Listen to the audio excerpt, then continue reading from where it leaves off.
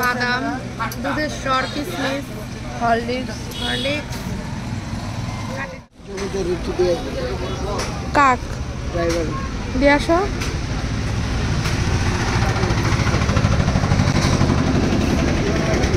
যাও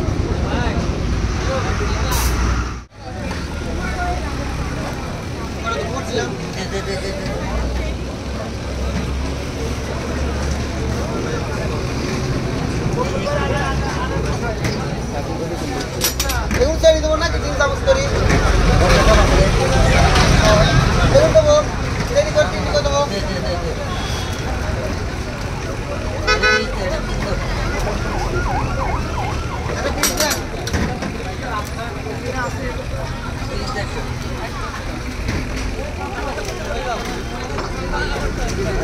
একটা নরমাল চা দিয়ে ড্রাইভারে দেওয়ার জন্য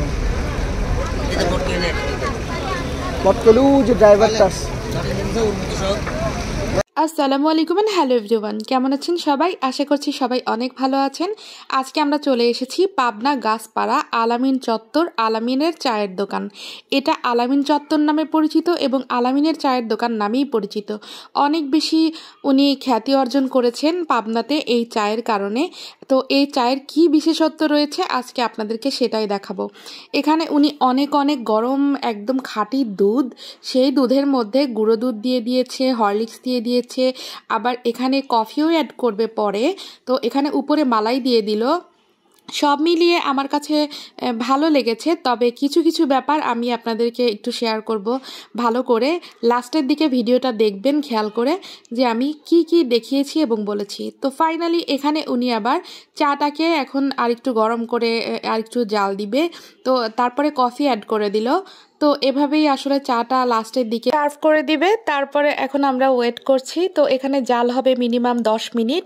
তো 10 মিনিট করে যে এই মটকা পুরার, মানে মটকা বলতে এই মাটির হাঁড়িটা পুড়ে যে একটা ফ্লেভার তৈরি হবে, এটাকেই বলা হবে মটকা চা। তো এই মটকা চা খেতেই আমরা চলে এসেছিলাম গাছপাড়াতে। যারা পাবনাতে খেয়েছেন তারা তো জানেনই, আর যারা খাননি, যারা শুনেছেন তারা এসে খেয়ে যাবেন। তো খেয়ে যাবেন। আর বলবো যে যতটা আসলে শুনেছেন আসলে চাটা মজা আছে, বাট কিছু কিছু জিনিস অ্যাড করে না কেমন জানি একটা করে ফেলেছিল, ব্যাপারগুলো ওভার এক্সেস মনে হয়েছে। খেজুর, বাদাম, দুধের স্বর, কিশমিশ, হরলিক্স, কাঠি দুধ,